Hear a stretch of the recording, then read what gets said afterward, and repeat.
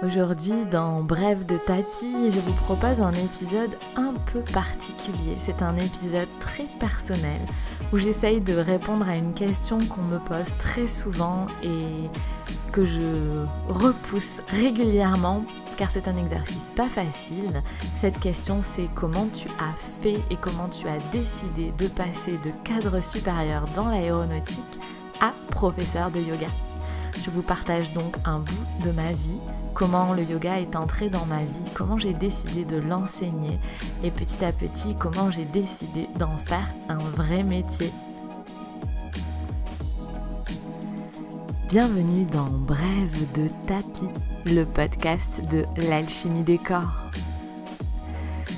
Ce podcast est pour ceux qui pratiquent le yoga à la maison ou en studio et qui souhaitent progresser sans se blesser, que vous soyez débutant ou non. Je m'appelle Marion et j'enseigne le yoga à Albi, dans mon studio et également en ligne. Je vous partage dans ce podcast des réflexions sur l'aspect postural du yoga, des astuces pour pratiquer à la maison en sécurité, des exercices d'autocorrection dans les postures de yoga et des anecdotes un peu plus personnelles. Allons-y! Si vous aimez ce podcast, abonnez-vous pour ne rien manquer des prochains épisodes. Vous pouvez également noter l'émission, mettre des étoiles, mettre des cœurs, laisser un avis sur Apple Podcast pour m'aider à faire connaître Bref de tapis.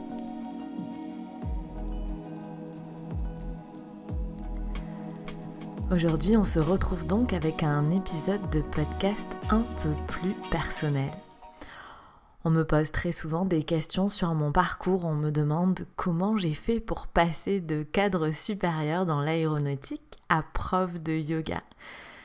C'est vraiment une question qui arrive souvent et à laquelle j'ai du mal à répondre. Ce n'est pas facile pour moi de parler de ce sujet car c'est très personnel. Et également car ça me demande d'avoir une réflexion, d'avoir du recul sur mon parcours. C'est ce que je vais essayer de faire aujourd'hui dans cet épisode de podcast. C'est un exercice assez périlleux qui me demande de prendre du recul sur les 15 dernières années de ma vie. Donc pour pas que ce soit trop long, je vais étaler ça sur 2 épisodes de podcast. Dans cet épisode, je vais donc vous expliquer comment j'ai commencé le yoga. Je vais également vous parler un petit peu de mon ancien métier et je vais essayer de vous expliquer comment j'ai commencé à enseigner le yoga. L'idée est de faire un petit peu un historique pour, dans le 2e épisode, avoir une réflexion un petit peu plus poussée pour essayer de vous expliquer comment j'en suis arrivée à faire ce choix. Comme je le disais en introduction, j'ai de nombreux élèves qui me posent cette question, qui me disent comment tu as fait ce grand saut, comment tu as fait ce grand écart entre le monde de la physique, le monde de l'industrie et le monde du yoga.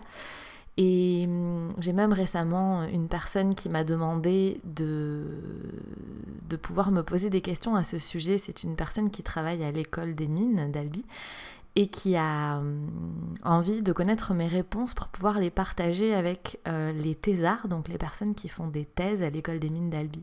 Et en effet, c'est assez drôle, peut-être que c'est simplement mon parcours qui amène ça, mais souvent les élèves qui viennent vers moi et qui se posent des questions parce qu'ils sont eux-mêmes en reconversion, c'est des gens qui sont plutôt cadre supérieur, donc qui ont un bac plus 5, peut-être même un bac plus 8, et qui se demandent comment faire évoluer leur vie en fonction de leurs besoins et de leurs envies. Je pense que c'est également un sujet qui est vraiment d'actualité, qui est vraiment un sujet de société. Je pense que notre génération, on a bien compris qu'on n'aurait pas forcément le même métier toute notre vie, comme peut-être l'ont fait nos parents. Et ça, alors ça a un petit côté très plaisant de mon point de vue, mais ça a un côté également un petit peu vertigineux. Et je comprends du coup que certaines personnes cherchent des appuis, cherchent un petit peu à faire de la bibliographie, à savoir ce qu'il s'est passé pour les autres avant de se lancer. Je vais donc prendre une grande inspiration et essayer de vous parler aujourd'hui un peu plus de mon parcours et de mes décisions. J'aimerais donc commencer par vous expliquer comment j'ai commencé le yoga. Toute cette histoire a débuté un petit peu avant ma thèse, avec une discussion que j'ai pu avoir avec une amie. J'ai toujours eu beaucoup d'idées, un mental qui part dans tous les sens, peut-être même un peu de problème à organiser ma pensée. Et je me souviens très bien qu'une amie, un jour, une amie proche, m'a dit « Non mais tu sais, toi, ce qu'il te faudrait c'est de la méditation. Mais en fait, comme tu tiens pas en place, méditer, ça va pas être possible. Tu vas pas être capable de rester assise ne serait-ce qu'un quart d'heure sans bouger. Peut-être que du coup le yoga, ça serait bien pour toi parce que de ce que je crois, le yoga c'est de la méditation en mouvement et ça pourrait vraiment te permettre de calmer tes pensées et d'arriver à ranger ta tête. » Alors c'était il y a un certain temps, le yoga était beaucoup moins connu qu'en ce moment. Et avec le recul, je peux dire que cette amie m'a donné un conseil précieux et sur le moment, et qu'elle avait entièrement raison, et sur le moment, elle a simplement semé une idée dans ma tête. Et quelques mois plus tard, quand j'ai débuté ma thèse, un jour à midi, je me souviens très bien de ce moment, une personne qui était à table avec nous explique un peu gênée que ce soir, elle va essayer son premier cours de yoga. Et là, ça fait tilt dans ma tête. Et je me dis, ok, ça fait 2 fois en quelques mois, tu te lances, tu vas essayer avec elle. Et c'est comme ça que je me suis retrouvée dans le garage de Janine, ma première prof de yoga qui était largement à la retraite, je pense qu'elle avait plus de 65 ans, et que j'ai découvert le yoga alors que je détestais tout ce qui était gym. Pour moi, le yoga, ça allait être des abdos, et j'étais pas du tout là-dedans. Et l'enseignement de Janine, que je ne remercierai jamais assez, m'a permis de vraiment sentir qu'est-ce qu'était le yoga. Et je me souviens qu'en sortant de mon premier cours, ce que j'ai adoré, c'est de voir qu'on faisait coordonner nos mouvements, les exercices avec la respiration. Et j'ai tout de suite senti que, en effet, ça me permettait d'énormément calmer mon mental et d'énormément m'apaiser et ranger mes idées. Et je ressortais du cours de yoga en me disant « Non mais tu vois, tous les problèmes avec lesquels t'es arrivé, finalement c'est pas si grave que ça, tu t'es peut-être un petit peu emballé, peut-être que t'as un petit peu gonflé le truc dans ta tête et qu'en fait ça va, tu vas gérer. » Et j'ai pour habitude de dire que je n'aurais jamais fini ma thèse si je n'avais pas rencontré le yoga. J'ai donc commencé vraiment à faire du yoga régulièrement 2 fois par semaine avec cette fameuse Janine dans son garage avec des personnes qui avaient toutes plus de 60 ans, à part mon amie qui m'avait amenée dans ce cours de yoga, nous étions les 2 plus jeunes.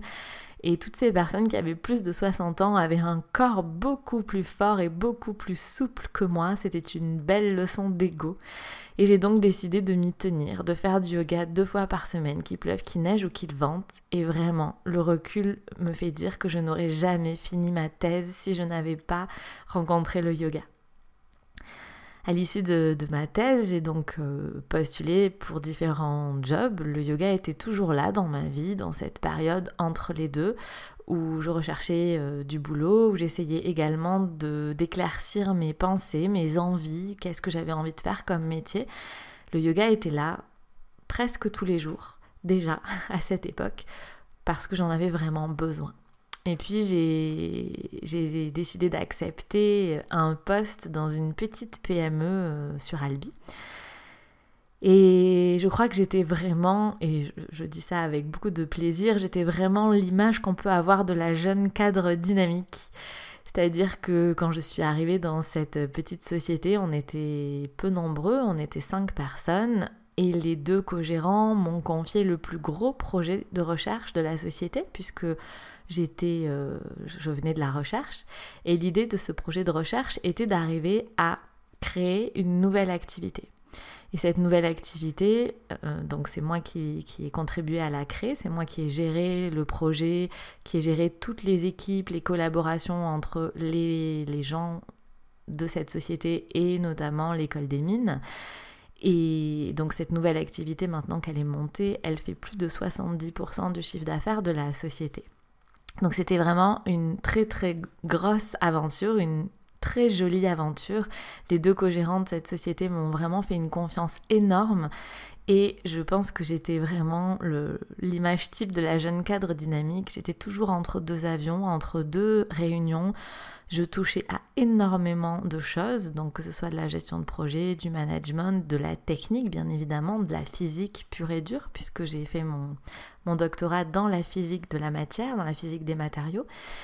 Mais je me suis vite rendu compte que quand on était dans une petite PME, il fallait savoir changer rapidement de casquette, passer du technicien au commercial, à l'ingénieur, en passant par du boulot de secrétariat, commander des feuilles pour la photocopieuse, un petit peu tout ça, si on voulait que les choses avancent, parce que quand on n'est pas nombreux, tout le monde met la main à la pâte dans tout ça.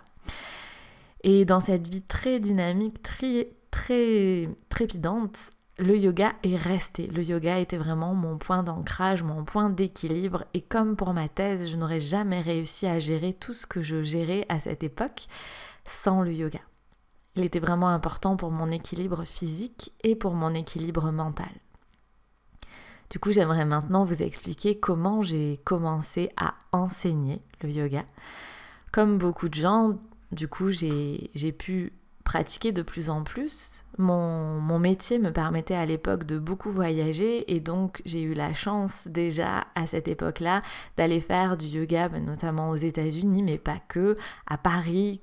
Comme j'étais très souvent en déplacement, je faisais tout mon possible pour, à chaque fois que ma journée de boulot était finie, pouvoir aller prendre un cours de yoga dans un endroit que je ne connaissais pas, dans un style que je ne connaissais pas. Ça demandait un peu d'organisation, il fallait jongler entre les talons et les leggings, mais ça se passait plutôt bien et donc ça m'a vraiment permis de diversifier. On verra ensuite que j'ai d'autres choses qui m'ont permis de diversifier ça, mais ça m'a vraiment permis de diversifier ma pratique et de me rendre compte de quel style de yoga j'aimais, quel style de yoga j'avais envie de pratiquer. Ça m'a aussi permis de me rendre compte que la variété, de varier les styles de yoga au quotidien était un outil très puissant pour rendre la pratique du yoga vraiment complète et vraiment bénéfique. Et donc un jour, je me suis dit, j'aimerais bien aller un peu plus loin que juste des cours hebdomadaires. Et comme font beaucoup de gens, le moyen pour aller un peu plus loin, c'est de commencer une formation de prof de yoga, parce qu'à l'époque, il n'y avait pas trop de choix. Si on voulait aller un peu plus loin, en savoir un peu plus sur la philosophie du yoga, en savoir un petit peu plus sur comment se débrouiller pour faire du yoga à la maison, il n'y avait que le choix de faire une formation pour être professeur de yoga. Donc j'ai décidé de faire ça vraiment pour comprendre, parce que j'avais besoin de comprendre. Et alors je me souviens que j'ai passé des heures et des heures à chercher quelle formule de formation pourrait me convenir. J'avais décidé qu'à chaque fois que sur les sites internet des formations, je trouverais quelque chose qui me paraissait pas logique ou qui me dérangerait, je n'irais pas. Parce que je me disais que si déjà sur le site internet, juste sur la présentation, il y avait un petit truc de dérangeant, dans la formation sur le long terme, ça n'allait pas s'arranger. Donc je pense que j'ai passé plus d'1 an à écumer le internet, que ce soit pour des formations en français, que ce soit pour des formations en anglais, donc en France ou de par le monde, avant de choisir une formation. Ça a vraiment été la croix et la bannière. Mais au final, j'ai fini par trouver quelque chose qui me correspondait. Donc c'était une formation qui a duré un certain temps. Au début, je souhaitais pas franchement l'enseigner, comme beaucoup de gens qui commencent les formations de yoga. Souvent, on le fait pour soi, pas forcément pour redonner aux autres. Mais l'enseignement a toujours été là dans ma vie, c'est-à-dire que j'ai déjà commencé par donner des cours à domicile avec ma maman quand j'étais très jeune, dès mes 18 ans. Et quand j'étais en thèse, j'enseignais à la fac, à côté. Quand j'étais dans mon ancien job de cadre sup pour l'aéronautique, je donnais également des cours dans des écoles d'ingénieurs. Donc voilà, l'enseignement a toujours été là. Et plus je pratiquais avec différents profs de yoga, plus je me disais, moi je ferais pas tout à fait ça comme ça, je suis pas sûre que les gens comprennent bien ce qu'on essaye de dire, puisque petit à petit j'avais le recul de la formation de prof de yoga et j'essayais d'observer comment faisaient les autres en bonne chercheuse. On essaye d'abord de faire ce qu'on appelle de la bibliographie, donc voir comment font les autres, réunir un petit peu tout ce qu'on a compris de comment font les autres pour essayer d'aller plus loin. C'est vraiment la démarche de la recherche scientifique. Et donc je trouvais que dans la façon d'enseigner, j'aurais peut-être pas fait ça comme ci ou comme ça. L'autre problème que j'ai rencontré dans l'enseignement du yoga, je pensais que ça allait se régler avec ma formation, en faisant une formation, et ça n'a pas été le cas, en tout cas pas avec cette première formation. C'est que j'ai un petit peu un passage, enfin mon chemin dans le yoga est un petit peu un chemin de... J'ai écrit sur mes notes de galérienne, dans le sens où je n'ai pas une morphologie aidante. C'est-à-dire qu'il y a plein de profs de yoga qui sont des anciens gymnastes, qui sont des anciennes danseuses ou qui travaillent leur corps depuis qu'elles sont toutes petites. Et du coup, il y a plein de choses qu'elles font très facilement. Et le revers de la médaille de ça, c'est qu'elles n'ont jamais eu de difficultés, il ou elle, d'ailleurs, c'est vrai dans les deux sens, ces profs n'ont jamais forcément eu de difficultés pour faire certaines postures de yoga. Et donc quand moi, je me retrouvais en difficulté parce que je n'avais pas forcément la morphologie typique de la yogini, de la personne qui fait du yoga, eh bien, elles ne pouvaient pas m'aider parce qu'elles ne comprenaient pas où était mon problème. Et donc là, je me suis dit, si avec tous les profs de yoga que tu as rencontrés dans ta vie, personne n'est capable de te dire comment débloquer cette posture, quoi travailler pour petit à petit débloquer cette posture, il va falloir se mettre à chercher. Et donc à nouveau, c'est là que j'ai remis au service du yoga tout l'enseignement que j'avais reçu pendant mon doctorat, pendant ma thèse, toute cette démarche scientifique à essayer de trouver le chemin dans mon corps pour petit à petit arriver à faire une torsion un peu compliquée, une posture sur la tête, une posture sur les mains.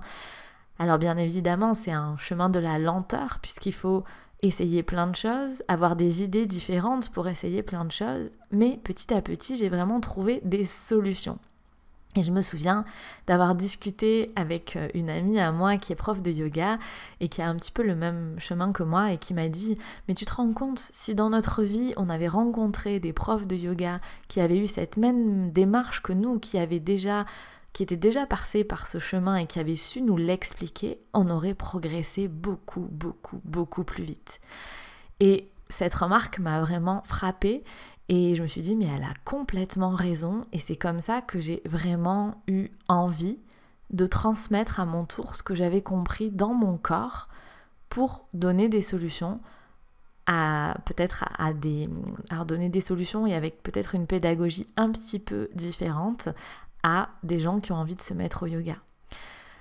Une autre chose aussi qui me choquait à l'époque où j'étais dans mes toutes premières formations de yoga, c'était la communication. Alors de par mon métier de cadre supérieur dans l'aéronautique, j'étais amenée également à faire de la communication par l'image, de la communication par l'écrit.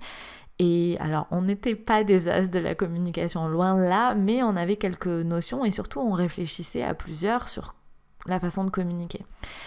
Et quand je reprojetais toutes ces connaissances que j'avais acquises en communication dans le monde du yoga et quand j'observais la manière dont on communiquait en général, c'était il y a quelques années, c'est assez différent de maintenant dans le monde du yoga, je me disais mais c'est un peu vieillot et ça donne surtout pas forcément envie et puis c'est pas non plus très clair, on est un peu perdu et donc je me disais mais c'est dommage parce qu'il y a peut-être plein de gens qui n'osent pas se mettre au yoga tout simplement parce que la communication n'est pas claire. Donc toutes ces réflexions, donc toute mon expérience d'enseignement, alors de la physique, tout le côté recherche que j'avais fait dans mon corps pour essayer de trouver des solutions pour arriver à faire des postures, des respirations et même de la méditation qui était difficile pour moi. Et tout cet aspect sur la communication m'ont amené à me dire ok, mais peut-être que ça vaudrait le coup de se mettre vraiment à enseigner le yoga. Et l'enseignement du yoga a commencé pour moi comme pour beaucoup de gens avec les copines qui voient que on parle beaucoup de yoga, qui ont envie de s'y mettre et qui disent « Ah, mais tu voudrais pas nous faire une petite séance? Moi, je sers de cobaye. » Et c'est comme ça qu'on se retrouve à faire des séances le samedi matin avec 2 copines en face de nous et à essayer de tester un petit peu des concepts, que ce soit donc de pédagogie, de yoga ou même de communication sur des copines en leur disant « Mais alors, est-ce que ça marche pour toi? Est-ce que ça fonctionne? Est-ce que tu y arrives? Et qu'est-ce que tu en penses ?» Voilà. Et pendant un moment, j'ai commencé par faire ça. Et je me suis rendu compte que j'adorais ça, j'adorais transmettre. Alors ça, j'en étais déjà convaincue de par mon ancien métier aussi, tous les stagiaires que j'ai pu encadrer. Je savais et même tous les techniciens, les ingénieurs que je pouvais encadrer au jour le jour, je savais que j'aimais transmettre mes connaissances et j'aimais qu'on réfléchisse ensemble à trouver des solutions. Et là, je pouvais le faire sur un média, sur un support qui était une passion, sur le yoga. Et puis un jour, une professeure, puisque je continuais forcément à prendre des cours avec des professeurs, et un jour, une professeure m'a demandé de la remplacer sur un cours, parce qu'elle était embêtée, elle avait besoin de se faire remplacer, et sur le moment, je me suis dit « Oulala, c'est quand même pas pareil que de donner des cours aux copines le samedi matin », et je me suis dit « Bon, allez, j'accepte le défi », c'était un petit cours, il n'y avait pas beaucoup d'élèves, et je me suis dit « Allez, ça vaut le coup d'essayer, on va voir ce qui se passe ». Et en fait, j'ai vraiment adoré. Et de là, alors moi je fais toujours un peu les choses à l'envers, comme c'était peut-être au printemps ou en fin d'hiver, qu'il n'était pas question de monter des cours hebdomadaires, je me suis dit, peut-être que tu pourrais monter un week-end de retraite de yoga direct. Donc j'étais toujours en train de me former, et je me suis dit, peut-être que tu pourrais monter un week-end une retraite de yoga parce que ça te ferait te jeter dans le bain pour de vrai pendant tout un week-end. Tu verrais vraiment si tu aimes ça. Et pourquoi pas, ça pourrait être une bonne idée. Les choses de la vie ont fait que j'ai trouvé un super lieu où ensuite je suis allée très régulièrement pendant plusieurs années, et je me souviens d'avoir discuté donc avec les propriétaires du lieu, puisque je m'étais rendue sur place pour m'assurer que ce lieu correspondait bien à mes attentes, même si c'était pas tout près d'Albi. Et je me souviens que les propriétaires du lieu, de qui ensuite je suis devenue très proche, m'ont dit « Mais t'envisages de faire une retraite de yoga, tu n'as jamais fait de retraite de yoga, tu n'as pas de cours hebdomadaires, et tu envisages d'avoir 8 personnes à ta retraite de yoga. » C'était mon objectif. Et ils m'ont dit, ça va pas être facile. Ok, ça va pas être facile. J'étais complètement consciente du problème. Et puis, j'ai mis en place de la communication. J'ai communiqué. Bien évidemment, les copines qui avaient fait les cours de yoga du samedi matin ont été d'une très grande aide pour transférer ma communication aux personnes qui potentiellement avaient envie de faire une retraite de yoga. Et les choses ont fait que cette retraite a été complète, que j'ai trouvé mes 8 personnes sans vraiment, assez vite en fait, pour cette première retraite de yoga. Et je me souviens que les propriétaires du lieu n'en revenaient pas, ils m'ont dit « Mais alors si ça c'est pas un signe que tu es à ta place, on ne sait pas ce que c'est ». Donc ça s'est forcément très bien passé, ça a été le début de longue amitié avec pas mal de personnes, et en plus sur les 8, je crois que de mémoire il n'y avait que 2 personnes que je connaissais, toutes les autres personnes je ne les connaissais pas, je les avais jamais vues. Et ça a été une très très belle aventure, une très belle retraite de yoga. Et donc à l'issue de ça, je me suis dit bon, pourquoi ne pas commencer à donner quelques cours hebdomadaires. Et donc j'ai préparé ça pendant l'été et j'ai commencé donc à faire de la publicité, de la communication pour mes cours hebdomadaires pour avoir du monde en septembre. Et là, j'en avais déjà un petit peu conscience, mais là j'ai vraiment, vraiment pris conscience qu'être prof de yoga, ce n'est absolument pas que donner des cours de yoga. C'est vraiment, je me suis rendu compte que pour faire du yoga comme j'avais envie de le faire, comme je m'imaginais le faire, ça allait être un sacré travail. J'ai réussi à avoir du monde dans mes cours de yoga. À l'époque, je n'en avais que 2, le mercredi matin à 7h30 avant d'aller travailler et le mercredi soir à 19h30 je crois de mémoire. Donc le mercredi était une grosse journée, mais ça se passait très bien. Et c'est là aussi que j'ai commencé à monter les concepts des stages du dimanche soir, avec ces stages à thème le dimanche soir, parce que c'est quand même un moment qui est un petit peu difficile pour pas mal de personnes, et que personnellement j'adorais faire du yoga le dimanche soir pour bien démarrer ma semaine, et que je me suis dit pourquoi ne pas transmettre cette idée à d'autres personnes. Donc ça m'a vraiment permis de tester mes idées, de tester ma façon de faire, et je me suis rendu compte que c'était plutôt bien reçu. Comme la vie a plus d'un tour dans son sac, j'ai eu l'opportunité, quelques mois après avoir mis tout ça en place, de partir 1 an en voyage. On m'a proposé de partir 1 an en voyage. Et donc c'était un gros chamboulement de vie, et je me suis dit mais mince, toi qui commences juste à te lancer dans le yoga, alors je sais pas si c'est clair dans ce que je viens d'expliquer, mais donc à l'époque j'avais vraiment mes 2 métiers, je travaillais la journée en tant que cadre sup dans l'aéronautique, avec beaucoup de déplacements, avec des journées à rallonge, et puis le soir, le week-end, souvent un peu les deux en même temps, j'avais mon activité de prof de yoga à développer et à faire vivre, même si j'étais pas du tout au même point que ce que je faisais là, que ce que je fais en ce moment. Mais c'est aussi à cette époque que, notamment, j'ai monté ma chaîne YouTube. Je vous raconterai cette histoire une autre fois.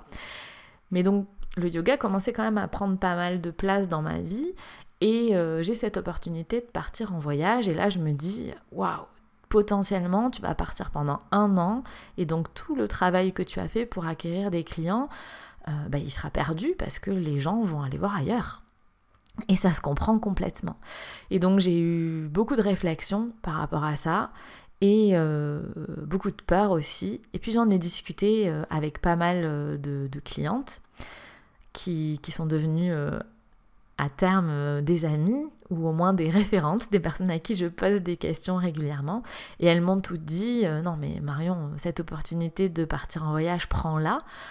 Et ce qu'elles m'ont surtout toutes dit, et vraiment je leur suis hyper reconnaissante, c'est qu'elles m'ont dit mais Marion, moi t'es la 8e prof de yoga que j'essaye, et c'est avec toi que je veux faire des cours de yoga. Et elles ont été nombreuses à me dire ok, tu vas partir pendant 1 an, bien sûr on va aller prendre des cours de yoga ailleurs, mais tu vas aussi nous faire des vidéos YouTube pour qu'on continue à pratiquer avec toi, et quand tu reviendras, parce qu'on a mis trop de temps à te trouver, on reviendra avec toi.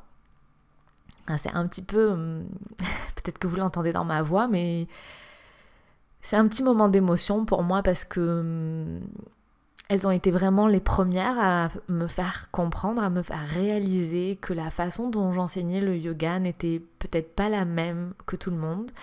Et elles m'ont vraiment donné une énorme confiance, et ces élèves auxquels je pense, elles sont toujours avec moi aujourd'hui, donc je leur dois un grand merci. Donc je suis partie 1 an en voyage, ça m'a permis de prendre forcément des cours de yoga entre les 2 Amériques, puisque donc je suis partie en Amérique du Nord et en Amérique du Sud, donc j'ai pris des cours de yoga un peu partout sur ce continent, j'ai pris des cours de yoga dans plusieurs langues, et ça m'a permis de continuer à vraiment me rendre compte de ce qu'on faisait ailleurs, à faire de la bibliographie sur ce qui existait ailleurs, et à me dire ça c'est une bonne idée, ça c'est une moins bonne idée, ça j'aime bien, ça a pas trop l'air de marcher. Et petit à petit, tous ces moments, ces mois d'observation du monde du yoga à travers le monde m'ont permis de construire un petit peu plus ce que j'avais envie de faire dans ma tête, sachant que quand je suis partie en voyage, j'avais vraiment l'intention de, au retour, reprendre mon boulot de cadre sup dans l'aéronautique, dans lequel je m'épanouissais énormément, et continuer à faire du yoga. Et puis je suis rentrée, et quand on rentre d'un voyage comme ça pendant 1 an, on met un peu de temps à atterrir. Je suis rentrée fin septembre, mais j'ai pas du tout, je savais pas trop ce que j'allais faire avec mon travail, j'avais des choses à négocier avec mes employeurs. Donc j'étais pas du tout la tête dans l'organisation de la rentrée, remonter des cours hebdomadaires, tout ça, j'étais pas du tout là-dedans. J'étais en mode maintenant faut réfléchir à ce que tu veux faire de ta vie, et j'ai décidé de ne pas reprendre mon métier de cadre sup, et je ne savais pas trop ce que j'avais envie de faire. Je me disais peut-être que tu vas chercher un boulot dans une autre boîte, peut-être que tu vas faire que du yoga. Enfin, je ne savais pas trop. J'étais en réflexion. Je vous parlerai de ces réflexions dans le deuxième épisode, dans la deuxième partie de cet épisode de podcast. Et puis, une fois de plus, ce sont mes élèves qui sont venus me chercher et qui m'ont dit « Mais Marion, tu voudrais pas recommencer tes stages du dimanche soir? Maintenant, t'es là, cherche une salle. » Puisque bien évidemment, je n'avais plus de salle. C'est à Albi, il n'y a pas beaucoup de salles à louer pour ce genre d'activité. Donc, quand on laisse ces créneaux, en général, c'est perdu. Et donc, il a fallu que je trouve un nouveau lieu, tout ça. Et ce sont vraiment mes clientes qui m'ont remis sur le chemin de l'enseignement du yoga.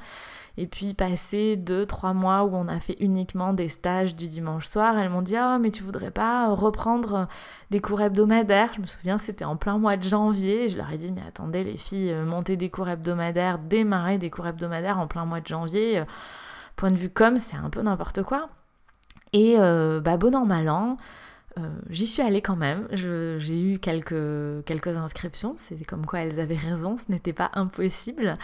Et puis je me suis prise au jeu et j'ai bien réfléchi et j'ai vraiment décidé à ce moment-là que prof de yoga, ça allait être mon métier à temps plein.